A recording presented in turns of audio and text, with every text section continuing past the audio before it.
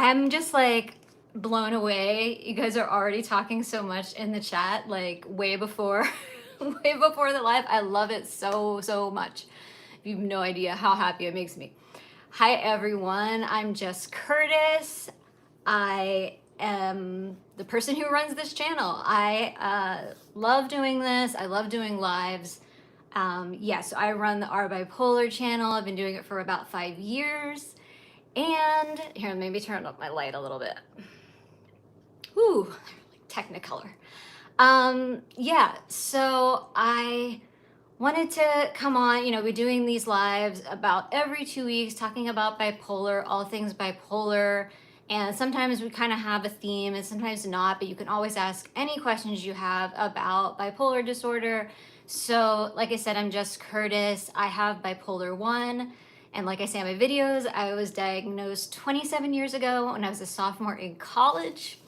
Some of you have probably seen the video that discusses that whole story. I think it's called My First Full-Blown Manic Episode with Psychosis. I'll put it in the description in case you haven't seen it yet. But so, kind of gives you my whole story. Yes, I got a haircut, guys. So it's a little short for me, and it's not even like, it's straight, so I don't even know how short it's gonna look when I leave it wavy, which I always do. My hairstylist is amazing, and she's going out for surgery. She's having knee replacement surgery, and she's not gonna be back until October. So I was like, cut it shorter. I just wanna be able to last until October. So yes, I'm trying to get used to it. But anyway, so yeah, I have bipolar 1. I've dealt with, I've been through a lot of episodes, lots of mania. I'm more mania dominant, but also a lot of depression, a lot of mixed episodes. Hypomania is more what I have now. It's almost always mixed hypomania. And I had, my last episode was in the spring. It was a long one, and it was mixed hypomania. Just to give you a tiny bit of background, but we're here today just to do a bipolar Q&A and kind of talk about, like, what are you struggling with right now? Like, what is your biggest challenge relating to bipolar disorder right now? So I'm going to talk a little bit about what's going on with me, and definitely put your questions in. If you saw Moss, one of our moderators, I pinned her comment talking about, try to type question in all caps before your question. It just makes it a little easier for me to find them, but I'll find them. Oh, hi, Ann Lunam. Hi, Des the Kid. There's so many. Willow is also a mod. Steph, a bipolar person, she does her own lives too, so like check those out. She's a mod. We had to make each other mods on our channels because otherwise we can't see each other's comments. Interesting, YouTube.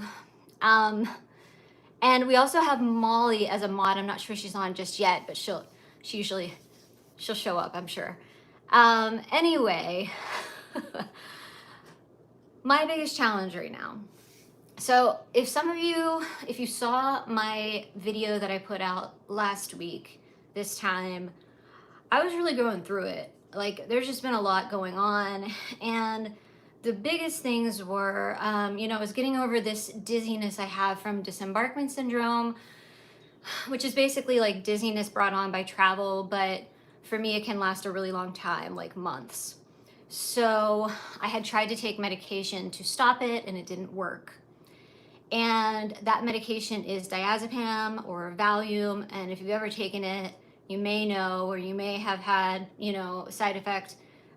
Makes me extremely drowsy, tired, sleepy, and also hungry, very hungry. So that really, it was a struggle because I had to take the diazepam for a long time, and then I was dealing with the dizziness, and I still have the dizziness, but I was able to stop the diazepam because it was no longer going to help. The dizziness was not getting better. It is somewhat better though. So that, I wouldn't say that's my biggest challenge right now, but I wanted to sort of like just mention that. The other thing is, there's just been a lot going on. Like, my biggest challenge right now is change and not only for me, but for people in my life. So I'm not going to name any names, but a very close friend of mine who is like a brother lost his brother. And it was like the last of his, family. And so, and he lives, doesn't live near me. So I'm trying to support him in a way that actually helps, but like I can't physically support him in dealing with the estate and like all that stuff. And then it's just been a lot of loss. So my other very good friend lost both her parents within the span of like a couple of weeks.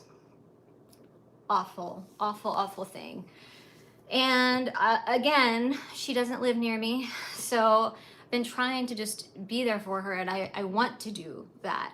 I'm happy to do that and to be there for my friends. But then, it just became so much loss. And then I ended up losing a cousin of mine. She's a more distant cousin, but still a cousin. And I'm actually pretty close with her mom. But because they lived out of state most of their lives, I didn't become close to my cousin. I became close to her mom, like honestly through Facebook. And she was just like so supportive of my Facebook group on there, the Our Bipolar group. If any of you are on there, there's also one on Instagram.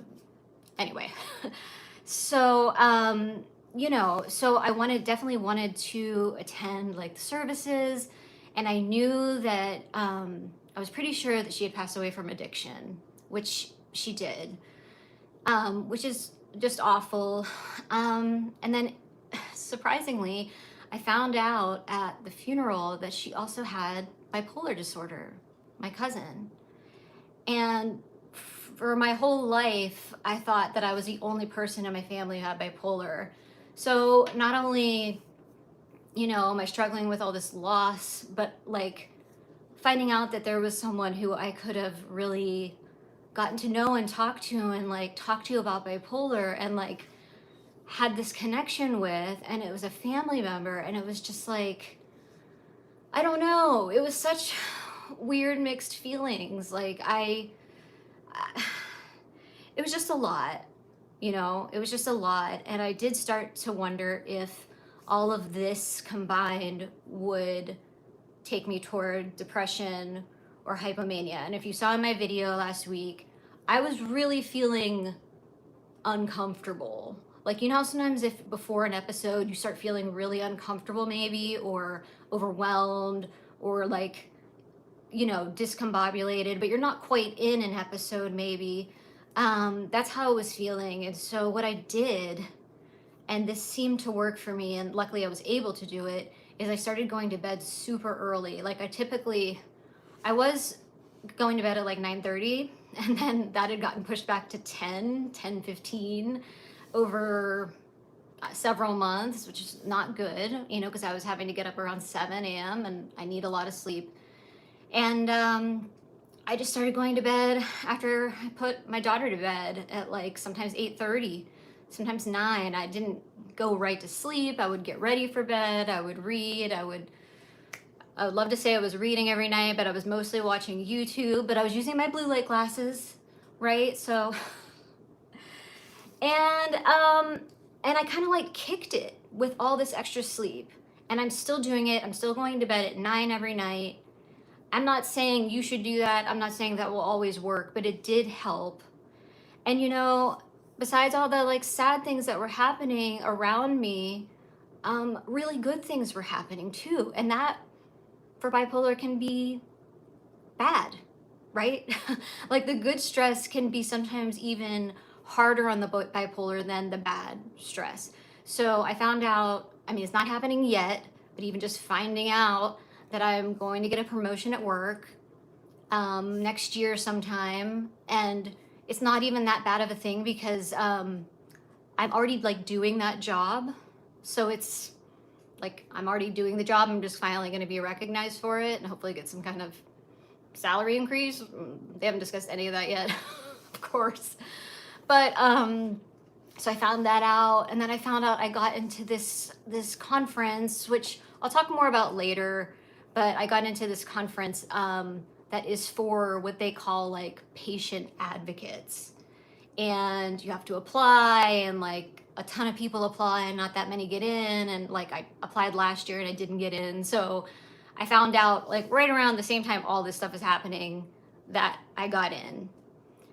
And so that was like super exciting because I didn't think I would get in, and I thought like I might never get in, and I don't know. So there was like all this like kind of like sad and like bad things happening and piling up, and also these good things. And it was like all converging, and I was just like, what do I do? I feel like I'm going to go into an episode, right? So I don't know if you guys get like that. Thank you, Moss. Thank you. And I see Molly's on, Trey, Willow, everybody. I love you guys. Like, and I want to say welcome to all the people the returning people who come like nearly every live, and also the new people, because I know there's going to be new people on here as well. Just thank you so much. I know I've been going on for a while, but yeah, if you just popped on, we're talking about bipolar disorder, pretty much anything, but also like what is your biggest challenge right now. And if you haven't yet, please like the live. And if you haven't subscribed, please subscribe. That would be great. I'd love to see you more often. And you can get notifications too for like the lives and videos and all that stuff. All right. So I've been talking for like a good 10 minutes. It's time to like see if there are any questions. Joel's here. Hi, Joel. I know, like I said, I love how much you guys, oh, I see PS. I know I always just call you PS. PS Adithy, yeah. Rescued. Ann Lunam says, I have a second cousin who also has bipolar. I've read there's a genetic component. I think it's from my late dad's side. Yeah. See, like I've always known, okay, like most likely there's a genetic component to it. You could have that genetic component, not necessarily develop bipolar disorder, but it has to be there, you know, it has to be there somehow. And I didn't have anyone in my family who had bipolar. I had a very distant relative who had schizophrenia that I found out about like a year or two ago. And they were, you know, institutionalized, and like it was, you know, it was pretty severe. But I'd never heard of anyone else, and that was on my mom's side. And then this person is also on my mom's side, but actually not on the same parents' side. And so it's one of those things, like I knew it had to be there, and I figured it was. And also like back in the day, if we're talking about like grandparents, great-grandparents, I mean, this may not have been diagnosed as easily or as well. And if you were diagnosed, it could have been possibly a lot more scary in terms of, you know, there weren't good options for meds. And we all know about some of the institutions, and yeah. So that was interesting for me to find out, but it just felt like such a lost opportunity. Like now she's gone. She was also my age. So she passed away very young from her addiction. And I know that like I could not have made any, like, you know, I know that, you know, sometimes with bipolar, like substance abuse, there are like high rates of substance abuse with some people. But I would have just liked to know her and talk to her about bipolar, and maybe have, I don't know. It just feels like I don't know. But yeah, there's just been a lot, not just for me, like I said, but for a lot of people I know. Does the kid, I see a question. So I know you're more asking other people, but since I popped and saw it, have any of you been feeling lack of motivation, burnout after an episode passes? I tend to get those feelings. You know, that's a really good point. I think I definitely feel burned out and lack of motivation after an episode. I think it's like your body is really going through it during that episode. I mean, even depression, I just feel like your body is kind of like fighting this off, or trying to. And especially, you know, and in mania, hypomania, your energy is so much higher, and it's like your brain feels like it's working overtime. So then after, it's like you're spent. I mean, I think I've definitely had those kind of feelings. Okay, Mr. Caskell, hello.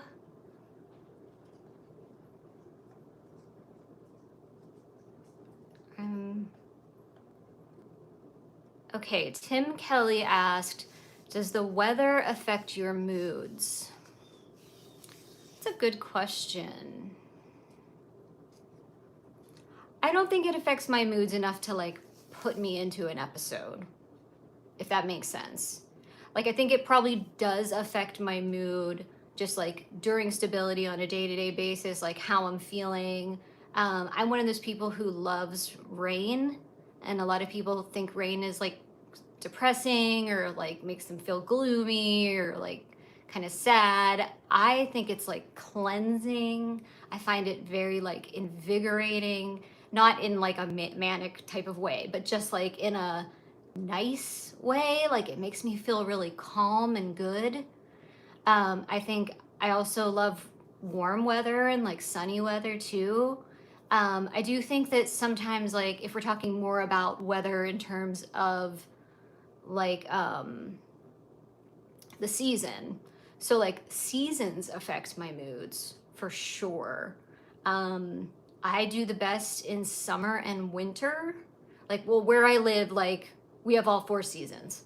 So, you know, in the winter, it's very cold and snowy most of the time. In the summer, it's super hot, usually humid, high temperatures. So, like, because there's all that change happening all year round, I do experience changes from the weather in that way. So like I was starting to say, summer and winter, I feel most stable. I feel like those are like the true seasons, like the pinnacles, on like, although they're opposite. So like that's when things are kind of good for me usually. I can still have episodes, based on other stress. Like, I'm like an equal opportunity bipolar episode type person. But going into spring and fall, not good times for me. Times I'm probably gonna have episodes, probably hypomania, mixed hypomania, especially because the time where I live, that's when the time changes happen. I don't know why we're still doing time changes. They're not good for anyone. They screw up our circadian rhythms. And I've talked to Moss about this many times. Like, more heart attacks happen right after the time change, more car accidents, all those kind of things. I think it needs to be done away with. And I know in the US we tried to like do away with it somewhat, but it hasn't happened. So that's a good question though, Tim.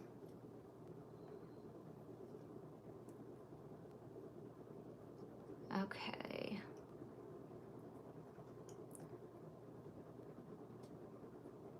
People are talking about like drinking. Devin was saying, last drink ever was the last day of my 20s.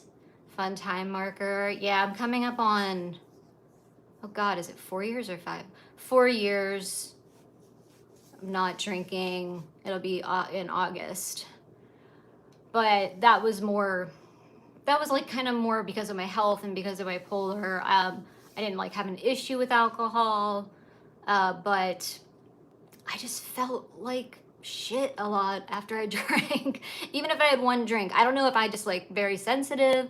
I don't know if bipolar, like people with bipolar are just more sensitive to anything like that. Not even alcohol, but just like changes to their body, or like, eating, drinking certain things. I mean, I think that's true for me, but I don't know if it's true for everyone.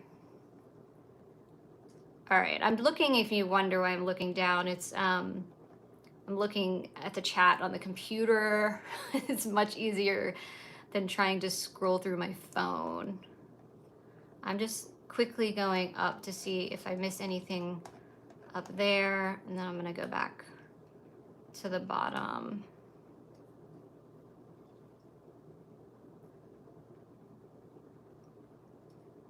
Yeah, Devin saying my issue is bipolar, not alcohol itself. Yes. I mean, and like I said, there are a lot of people who do have substance abuse issues who have bipolar. So if that is you, I mean, you know, that's not uncommon. It's just for me, that wasn't the issue. The issue was more feeling bad. It was disrupting my sleep. Even if I had like, I would get to the point where I would have like half a drink. Like, oh, I want to participate. Like, I'm in a social situation. I feel uncomfortable already because I'm socially awkward. Like, let me have half a drink. No, you know, we shouldn't do that. Like, my body said no. Okay. Someone said, are you bipolar 2? You may not have been talking to me, but no, I'm bipolar 1. But I don't talk that much about mania and psychosis anymore, although I've had both. But I haven't had them in a long time due to my meds. My meds have just kind of gotten rid of that for me.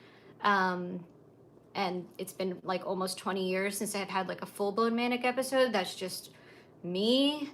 And if you still do, you know, that's pretty normal. It's just, for me, that's kind of gone away, but I do still have a lot of mixed hypomania and depression at times. So yeah. I saw another question. Okay, Corey Brecky, you might be new. Hi. Does bipolar affect response to alcohol or nicotine? I don't really know, to be honest. I just know for me, I'm like super sensitive to alcohol and nicotine. I've smoked before, smoked cigarettes, smoked other things, but mostly not that much. But I do think cannabis, although I haven't done that much of it in my life, I do think it has contributed to mania at times and psychosis for me personally, and I have a video about that. Some people think it helps their bipolar. So I think bipolar probably does affect your response to alcohol or nicotine, but I don't know that for sure. And I'm not a doctor. And, you know, none of this is medical advice, of course. But, oh, the polar opposite. Hello. Hi, Dan. Oh, thank you so much for the super chat. He said, thank you for the opportunity to be seen. You're so sweet. Thank you so much, Dan. To do all the liking of it. Okay. Wait, it says Trey, congrats. I want to see what that's for. Okay, Trey Musing said, I've been alcohol-free for a year now. Gave it up as well since it tends to send me into an episode. Yeah, exactly. That's why I gave it up. Congrats. That's amazing. That is so great.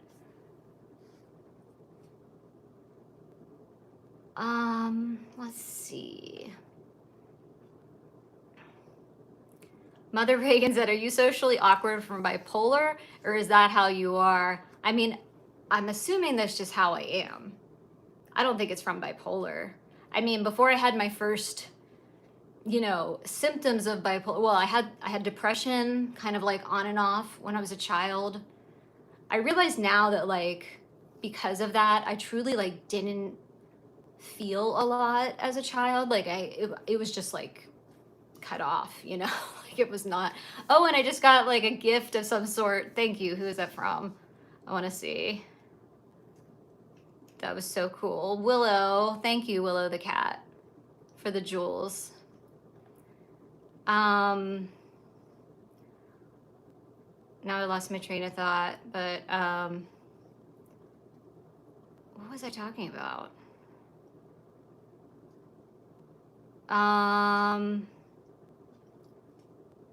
Oh, about the being socially awkward. So, no, I just think that's how I am, I'm guessing. I didn't have first mania. I may have had a little bit of hypomania when like before I was diagnosed, maybe in my early teens, preteen, early teens. There's like a couple incidents where I was like, that was a little bit like not the usual, like getting excited, you know, like, but it was over very quickly. So probably like wouldn't clinically qualify as hypomania, but I didn't have my first mania until I was 19, 18, 19. But you know, I guess I always had it in me, you know, I don't know. I don't know how you work at that, but like, yeah, I think I'm just a little socially awkward and, you know, weird. And I mean, I'm like super cool with like all my friends, and like now I have so many friends, not only just like in-person friends, all my online friends, like I have so many really close friends through doing bipolar advocacy and just like meeting people on YouTube here or like on Instagram or Facebook. Um, but I'm still just socially awkward, you know? Like, you know, I feel like a lot of people are socially awkward. That doesn't have to be a bipolar thing. Um, oh, Devin said last week they got approval for disability. That's amazing. Yeah, you said you were expecting to be denied. It seems like almost everyone is denied initially. So if you just got straight through, so happy for you. That's, I know it's like a huge struggle just like applying and doing all that work. Sometimes you have to get an attorney. Like, that's great. Okay.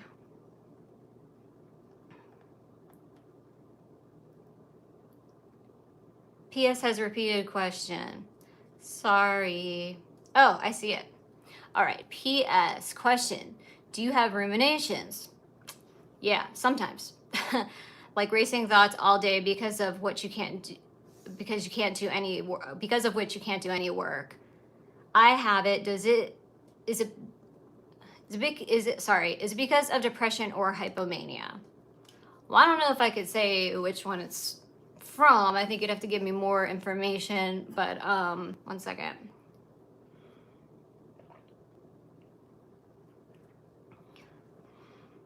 So, to me they're two different things.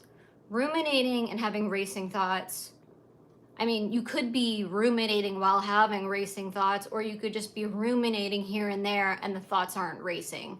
Now, sometimes I'll have ruminations and it has nothing to do with being in an episode. I'm stable, something has sort of triggered me, maybe something I dealt with in the past with trauma, something like that, and I start thinking about it a lot, but I'm not having racing thoughts. If I start having racing thoughts, like, that aren't going away, usually for me, it is hypomania. Usually. I'm not saying that's what you have, though. There are probably people who have depression and also have racing thoughts. Most likely, if it was mixed, like a mixed episode that is more depression than mania. Sorry, my voice like cracking. But, you know, I think it's going to depend on the person. And it's probably possible to be having racing thoughts and not like fully in an episode yet, like depression or hypomania. But, you know, if you want to, you could give a little more information on it. But yeah, if you're having trouble doing any work because of the racing thoughts, I mean, for me, that would probably be an episode. And I would probably not be sleeping enough, not able to sleep enough, and have other symptoms going on that would indicate hypomania for me.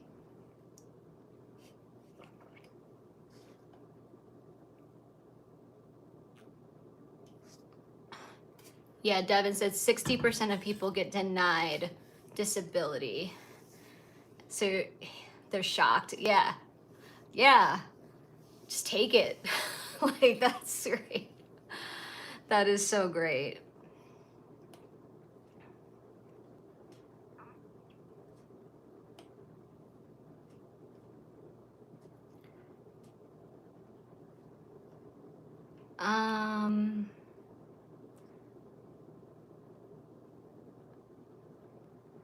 I don't know if I missed a question before on this. And I just lost it. Stormbringer. I don't know if I've seen you before, but if you're new, hello. Well, if you're not new, hello. I mean, Says, just wondering if any symptoms stood out. Wait, I just saw another message from you and that I lost that one. Okay. What symptoms would other people be most likely bothered by, in your opinion? Oh, that could be a lot. I mean, this could like run the spectrum. So like, let's just split it into mania and depression. Mania, people might be annoyed by how much you're talking. They might be annoyed by you jumping from topic to topic.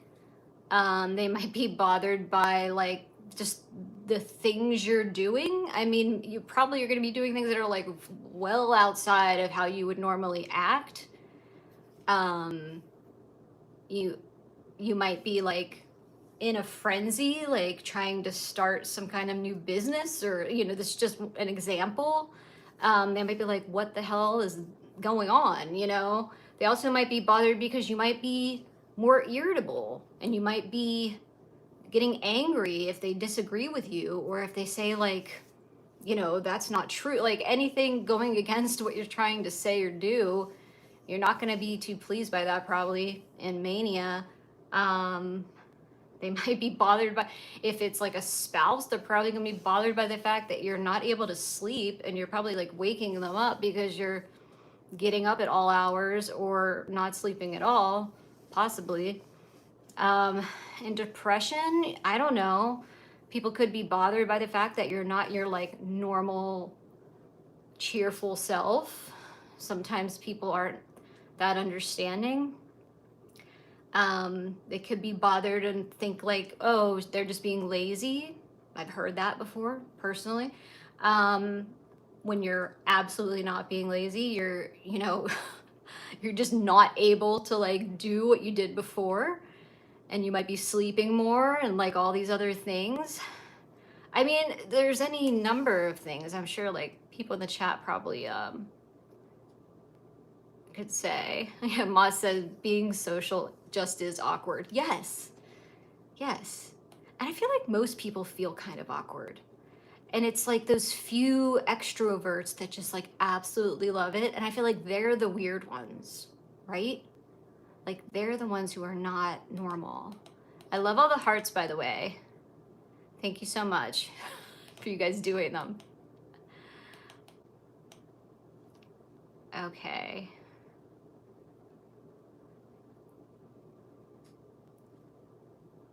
I'm looking for questions.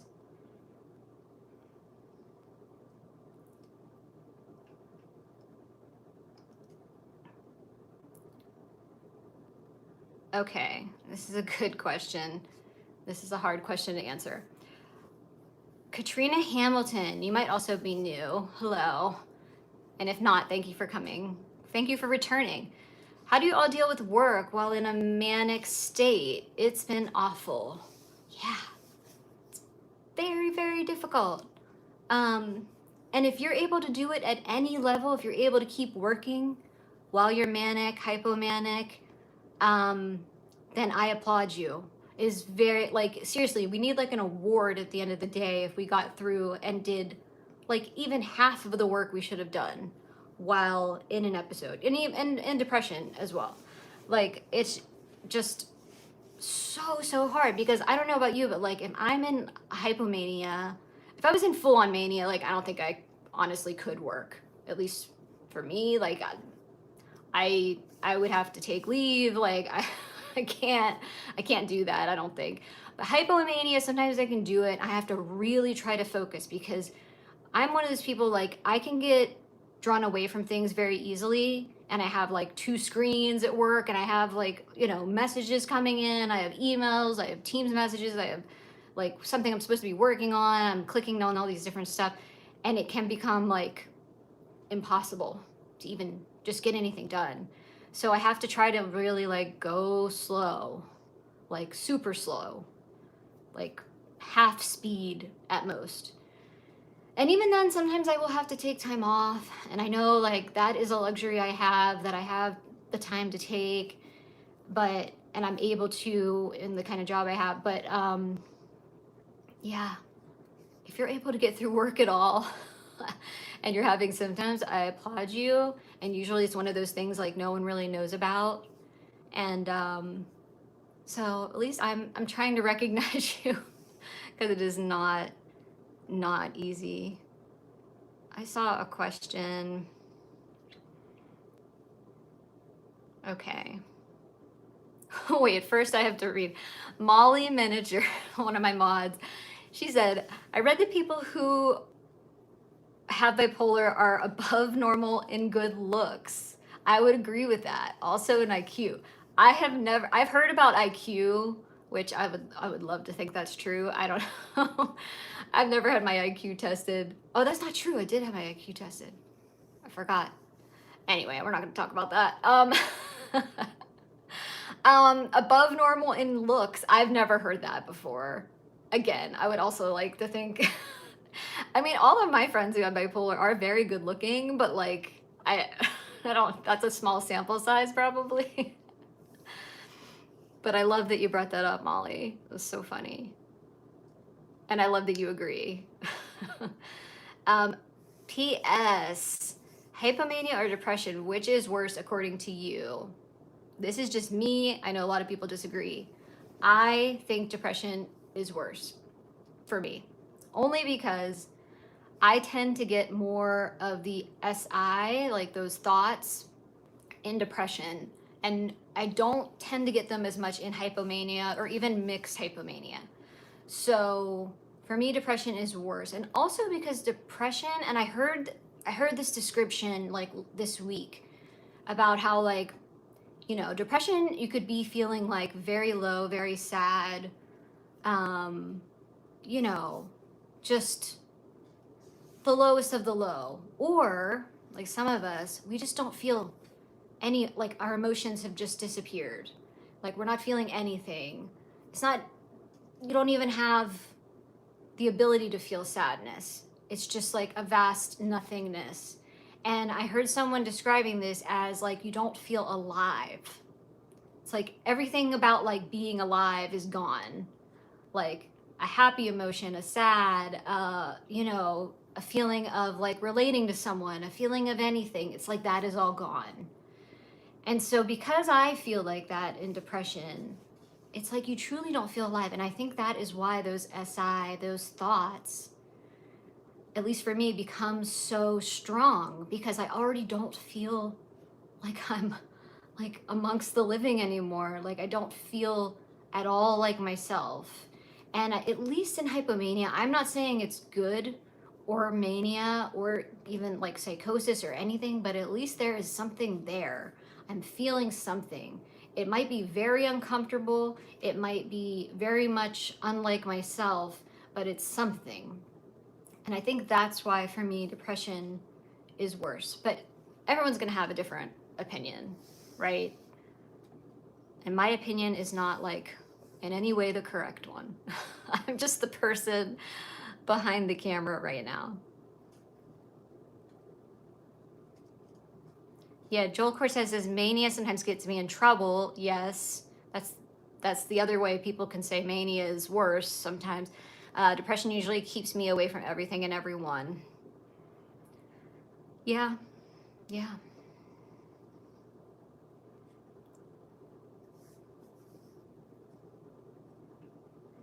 Yeah, Trey, I know you've been working on this with your treatment team about trying to figure out your diagnosis, whether it might be bipolar 2. I mean, I do hear that with bipolar 2 depression, like you spend most of your time in depression. And that's why it can be very hard to diagnose bipolar 2, because when some people are having hypomania, they just think, oh, I'm just feeling good now. I'm finally feeling good. But it can be, you know, it could be something more than good. Devin says it's correct for you, Jess. Yeah, it is. It is.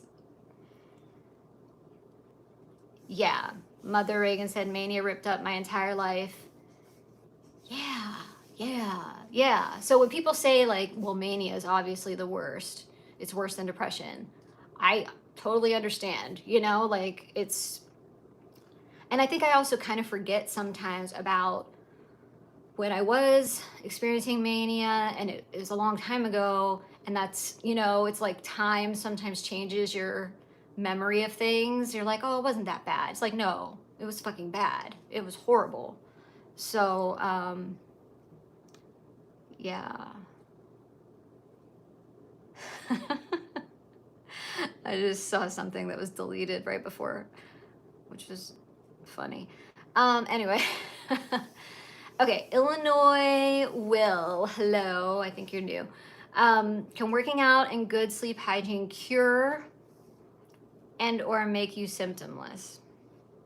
Well, I mean, it's not going to cure. There's no cure. I mean, I know you put cure in quotes, so I think you get it. But I mean, it lessens my symptoms. Working out and good sleep hygiene definitely make a huge difference in how many episodes I'm gonna have, like let's say within a year. If I can really keep on top of that, it will help. Make you symptomless? I mean, maybe for some people. Yeah, maybe for some people. It depends on where you fall in that bipolar spectrum, even within like bipolar 1, bipolar 2. You know, you're gonna have it to like different degrees. Some people may have it like a little stronger, I guess you could say, or not as strong, or some people don't have episodes as often, but they have harder, longer episodes maybe. Everyone's different. So for me, it's like, it's never gonna make me symptomless. I can only speak for myself. It doesn't seem like there's anything, you know, that's gonna make me symptomless. Like, especially in fall and spring. That's, you know, those are my like kind of danger times. And I try, you know, I've tried to start doing, and it took me until like literally this year to think of this, is to like, when I'm going into the fall, think of the things that I like about the fall, I enjoy about the fall, and look forward to.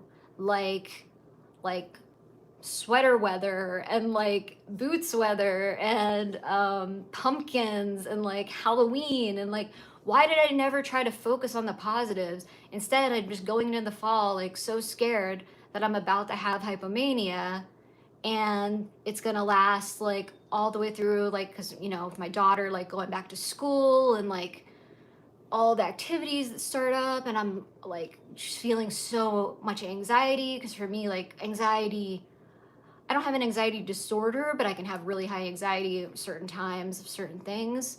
And it can really feed into a bipolar episode, usually hypomania. But sometimes in the fall, I get depression. I had depression last fall, but it was short. It was only like 3 weeks. So, yeah. Working out and sleep is not going to make me symptomless, but it definitely helps.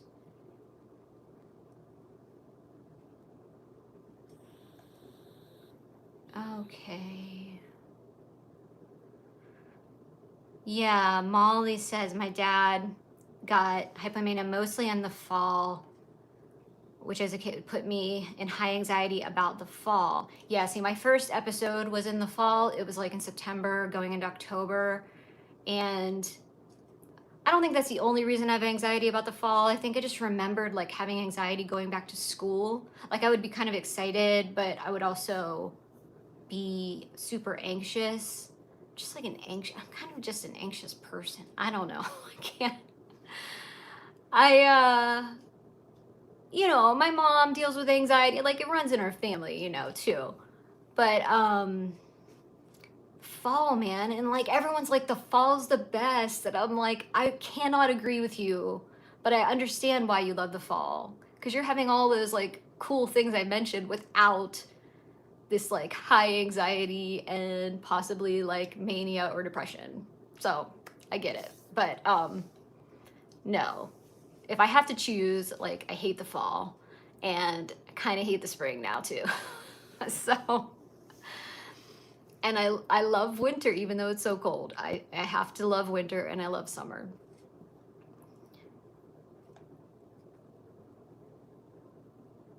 All right. And like I said, if I've missed stuff from up above, you guys were talking for a long time before we started. And if you just come in, please like the live, subscribe. I'd love that. And we're talking about bipolar, like pretty much all things bipolar, and like also like if you have like a big like a challenge right now, like a biggest challenge with bipolar, we can talk about that too. I just saw something and someone said, does bipolar run in your family? Okay, Mother Reagan.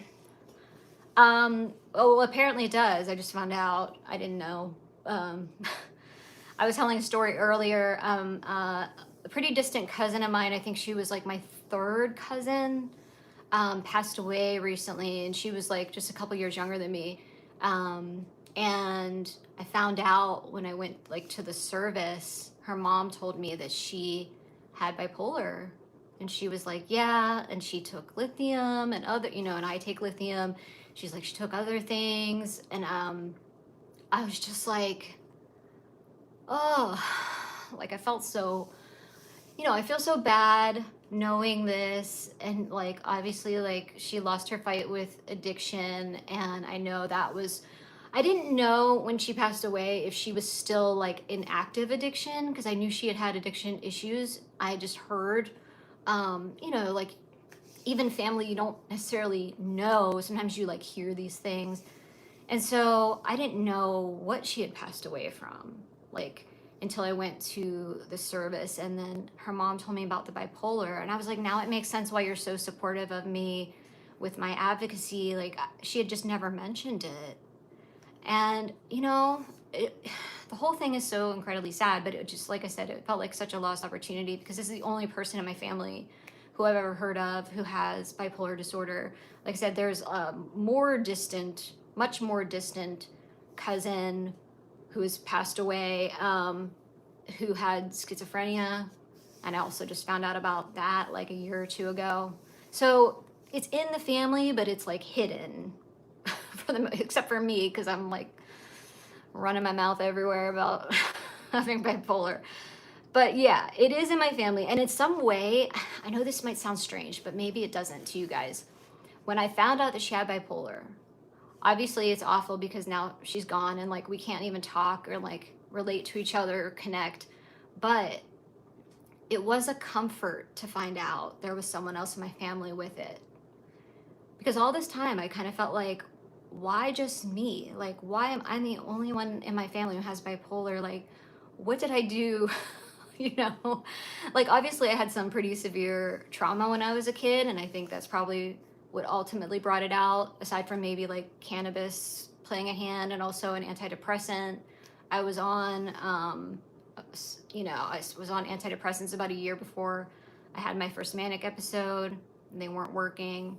Course, because I didn't have depression. We didn't know.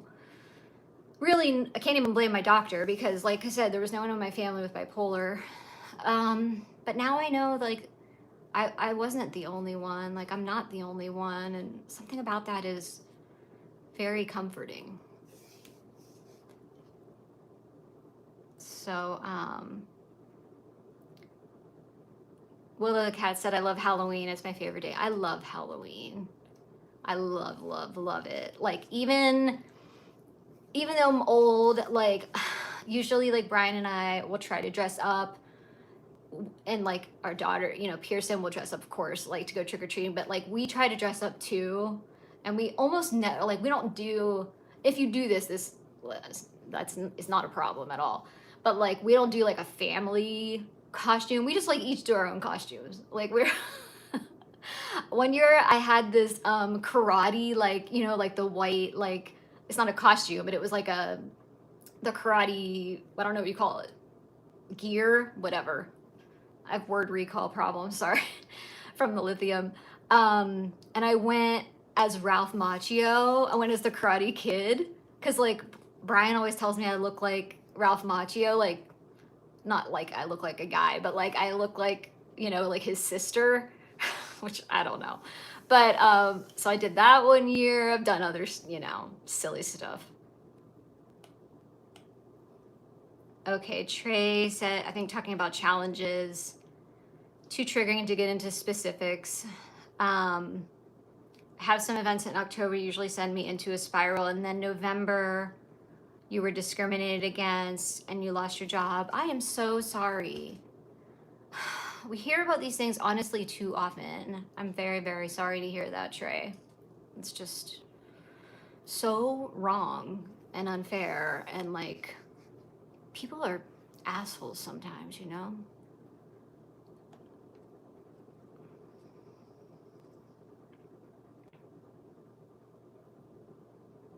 I'm just looking up. Devin says third cousin is same great great grandparents or something. So my cousin who passed, so my mom's first cousin was her mom. So I was thinking that would make it third. Like my mom's first cousin, so maybe like her mom is my second cousin and her daughter is like my third cousin. It's probably like totally wrong, but in my mind, without like looking it up, that's what I was thinking. And honestly, I know just from knowing her mom, like she was just like a beautiful soul, like a beautiful person. Her sister, who I now am like sort of getting to know, she doesn't live near me either. She lives like all the way across. I think she lives kind of near you, Anne. So now I won't say where it is, but like across the country. And she's just so like such good energy, like feels so warm and like welcoming and beautiful. They're both absolutely beautiful. They're so like on that side of my family, so my mom is half Polish, so her cousin is also Polish, and then her dad was Hispanic, and just like these sisters, like just gorgeous. And just like, you know, like I said, it's like just such a missed opportunity. But I am going to be in contact with her sister more and like, you know, definitely get to know her better. And like, I just, I'm glad I'll be able to do that. I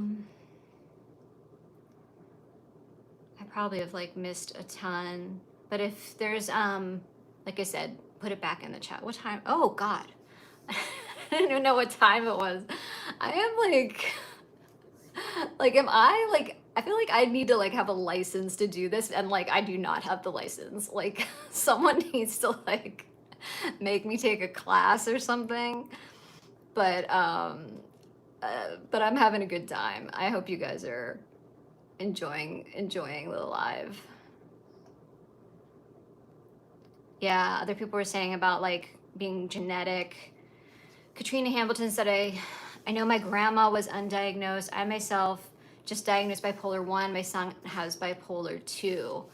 Oh wow. So you're like really at like the starting gate. Yeah, if you ever want to like chat more, or if you have any questions, I always try to tell people who are like more newly diagnosed, you can reach out to me on like Instagram or Facebook, but like DM me. It's just the same handle, our bipolar with my Pittsburgh accent. I'm sorry. I can't say my own channel name. It's, you know, maybe I should have thought of that. But yeah, if you just ever have any like questions, I'm obviously not a doctor, but I've been dealing with this a long time, and I could at least hopefully steer you correctly or like something. But yeah, Devin's saying no one in my family has it. Yeah, that's what I always thought too, but I mean, it still must not be as strong as in some families, right? Or more people would have been diagnosed. I've always wondered about two of my grandparents, like they were married to each other. I'm not going to say which side, but I've wondered about both of them. Not because this is a behavior necessarily, but they both, one was an alcoholic and one was being treated, I don't know what for exactly, but like the types of medicines I've heard she was taking, which I can't remember right now, but it's like things like to bring you down. And I'm like, could have been bipolar 1, bipolar 2? Could you be self-medicating with alcohol? Like, you know, you just don't know. I love you, Moss. She said everyone in my family is a nutter. It's fine, LOL.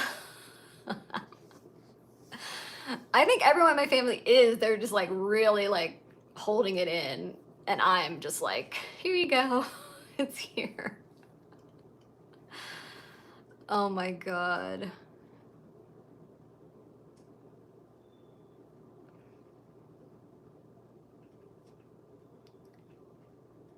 Oh yeah, and that's really interesting, Willow. Like if you were adopted, like I'm sure like wondering where that all came from, right? Like thinking about it.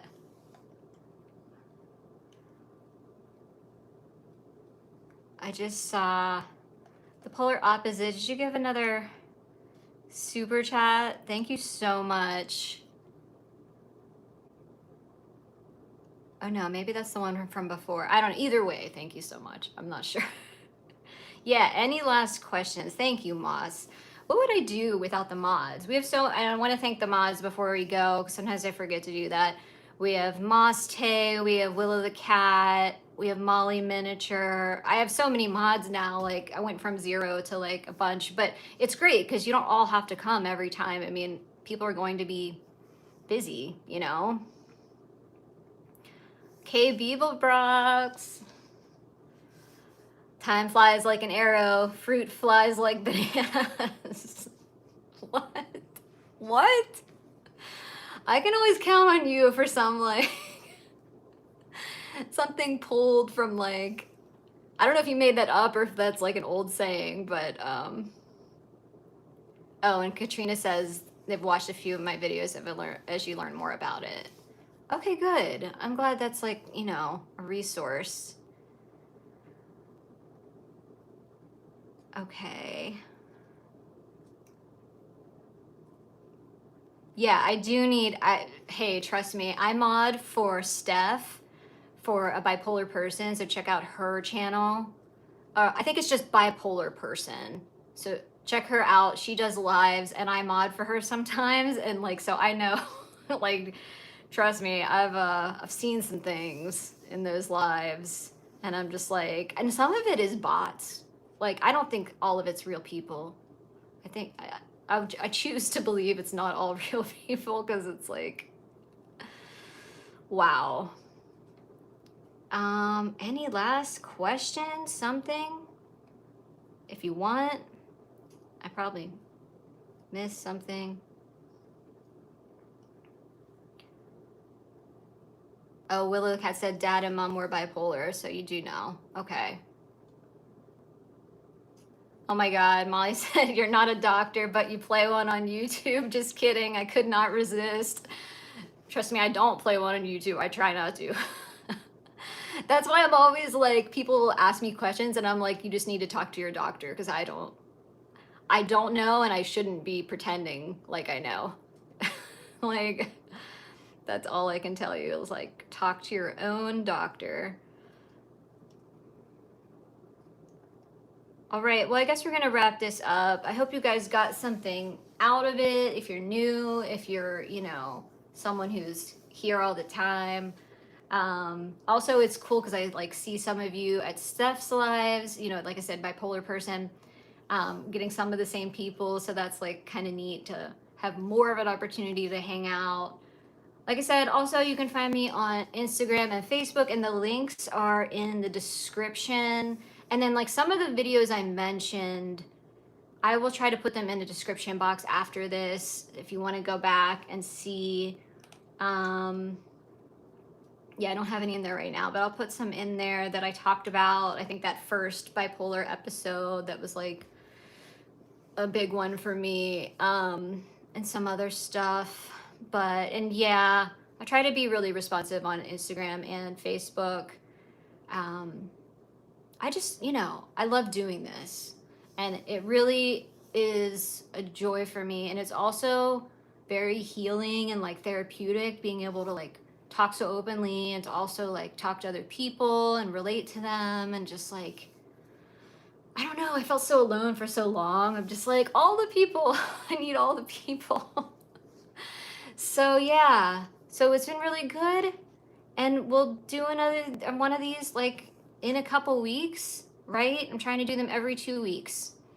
So I'll see you again soon, and I'll have something out next week. I'll have like a video or at least a short or something. I'm doing an interview soon. A friend of mine, her name is Dr. Andrea Vasilev. She's put out like a new handbook for bipolar, so I'm going to be interviewing her about that. That'll be a little later this month or maybe August when that video comes out. But yeah, and I'll be doing more interviews too, because like I need to do, there's like stuff I have set up that I just haven't had time to do yet. But you know, that's how it goes. All right, well, thanks so much for coming, and I'll see you in a couple weeks. Bye.